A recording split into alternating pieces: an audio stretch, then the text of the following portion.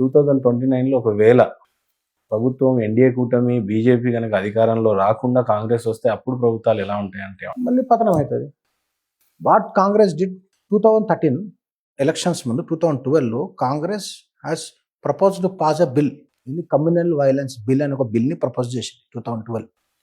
అది పాస్ అయితే దాంట్లో బిల్ ఏమన్నదంటే ఎవరైనా 4 షాపులు ఉన్నాయి, 4 షాపుల్లో ఒక షాప్ ముస్లిం షాప్ అయ్యి మీరు పోయి పక్కనున్న హిందూ షాప్లో ఉంటే వీడి మీద కేసు వేయచ్చు, అది కూడా నాన్ బలబుల్ కేసు. హిందూ మీద ముస్లిం మీద ఏంటంటే ఎందుకు అంత కఠినతరమైన చట్టం? అయ్యో నేను చెప్పింది జస్ట్ టిప్ ఆఫ్ ఐస్బర్గే, ఇంకా మీకు చాలా ఉంది చరిత్ర. ముస్లిమ్స్ని కానీ వాళ్ళను ఏమనద్దు, వాళ్ళను టచ్ చేయొద్దు, వాళ్ళ సైడ్ ఇట్లా చూడొద్దు, వాళ్ళ గురించి మాట్లాడద్దు, వాళ్ళ సైడ్ కామెంట్ చేయొద్దు, వాళ్ళ సైడ్ ఏలెత్తు చేయించొద్దు, కనీసం ఇట్లా స్టేర్ కూడా చేయొద్దు. చేసే కేసు నాన్ బలబుల్ కేసు మీద ఆ చట్టం అట్టుంది. గూగుల్ చేయండి కమ్యూనల్ వైలెన్స్ బిల్ అని, అది తెచ్చే ప్రయత్నం చేశారు ముస్లిమ్స్ని అప్పీస్ చేయడానికి. 2013లో వక్ఫ్ అమెండ్మెంట్ యాక్ట్కి సెక్షన్ 60 కలిపారు, అన్లిమిటెడ్ పవర్ ఇచ్చారు వక్ఫ్ బ్యాక్కి. దేశంలో ఏ ల్యాండ్ ఏ బిల్డింగ్ అయినా క్లెయిమ్ చేసుకునేది అపీస్మెంట్ కోసం. ఈ దేశమే హిందువులని చెప్పి డివైడ్ అయిన తర్వాత వాళ్ళకంత పవర్ ఇవ్వడానికి గల కారణాలు ఏంటి? I mean appeasement politics.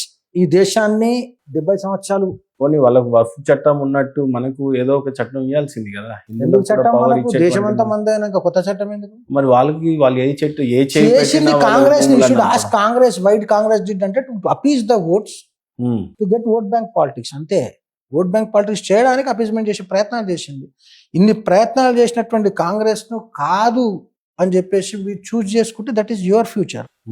ఈ దేశాన్ని మీ రాబోయే జనరేషన్ యొక్క ఫ్యూచర్ ని ఆలోచనలో పెట్టుకొని విజ్ఞతతో ఓటేయాలి. ఈ రోజు పెట్రోల్ ప్రైజులు పెరిగినాయని, ఆలుగడ్డ ప్రైజులు పెరిగినాయి అని చెప్పి ఓట్లు డిసైడ్ చేసుకుంటే ఫ్యూచర్ ఆలుగడ్డ ఉల్లిగడ్డ అవుతుంది.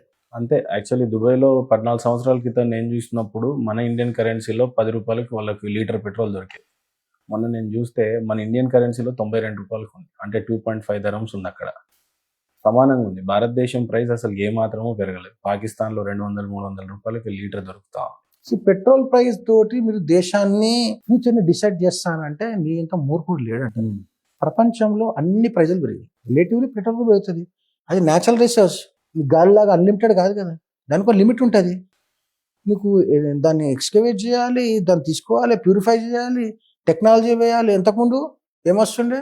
పెట్రోల్, డీజిల్, కిరోసిన్, ఆ తర్వాత మన టార్. ఇప్పుడు ఎన్ని తీసుకోరు పెట్రోల్ నుంచి? ఎన్నో రకాల. మరి కాస్ట్ పెరుగుతుంది. నువ్వు దేశ భవిష్యత్తు కోసం 10 రూపాయలు పెట్రోల్కి పెట్టినాడు, నువ్వు దేశం పట్ల బాధ్యత ఏముంది అంట. ఢిల్లీలో 2002 or 2003లో ఉల్లిగడ్డ ప్రైస్ పెరిగిందని ప్రభుత్వాన్ని కూల్చేసారు.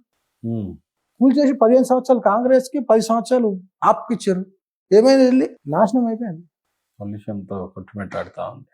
హిందువులు అన్ఆర్గనైజ్డ్ ఎందుకు చెప్పారంటే first statement, they don't think organised. మనము అందరం కలిసి దేశానికి 100 సంవత్సరాలు ఎఫర్ట్ తర్వాత ఇప్పుడు హిందూ ఈజ్ గెట్టింగ్ ఆర్గనైజ్డ్. అది కొంతమంది భయం. హిందూ ఆర్గనైజ్ అయిపోయిందనుకో మన యుక్తులు ఓట్ బ్యాంక్ పార్టీకి చెల్లవు. అందుకే రిజెక్ట్ అయిపోతారు కదా. బెంగాల్లో రిజెక్ట్ అయ్యారు, బీహార్లో రిజెక్ట్ అయ్యారు, అస్సాంలో రిజెక్ట్ అయ్యారు. ఈ భారతదేశము స్వతంత్ర భారతదేశం అయి 70 సంవత్సరాలు కూడా కాలే. ఈ దేశంలో క్రిస్టియన్ ముఖ్యమంత్రి రావటం అనేది చాలా విజయగారు. ఏముంటుంది దాంట్లో? తప్పేమో. అఫీషియల్ గానే ఆయన అయితే జగన్మోహన్ రెడ్డి క్రిస్టియన్ ముఖ్యమంత్రి గుంజుకొని చాలే కదా. డెమోక్రటిక్ ప్రాసెస్ లో అయ్యిండ్రు, పీపుల్ మ్యాండేట్ ఇచ్చారు, అయ్యిండ్రు. ఎవరు ఆలోచించాలి? అది ఓటేసేవాడు ఆలోచించాలి, అంతే కదా. ఓటేసేవాడు ఆలోచించాలి. అది డెమోక్రటిక్ ప్రాసెస్ లో ఎలక్ట్ అయ్యింది కాబట్టి యూ కాంట్ డినై దట్. తప్పనలేవు. ఆయన మోసం చేసిండా, ఫాల్స్ ప్రామిస్ చేసిండా అనేది తర్వాత. నమ్మినోడు వేశాడు. డెమోక్రటిక్ ఎలక్షన్ జరిగింది, ఎలక్ట్ అయ్యాడు. కావద్దు అని ఎవరు చెప్పలేదు కదా. ఈ దేశానికి ముస్లిం ప్రెసిడెంట్ అయ్యాడు, కాలేదా?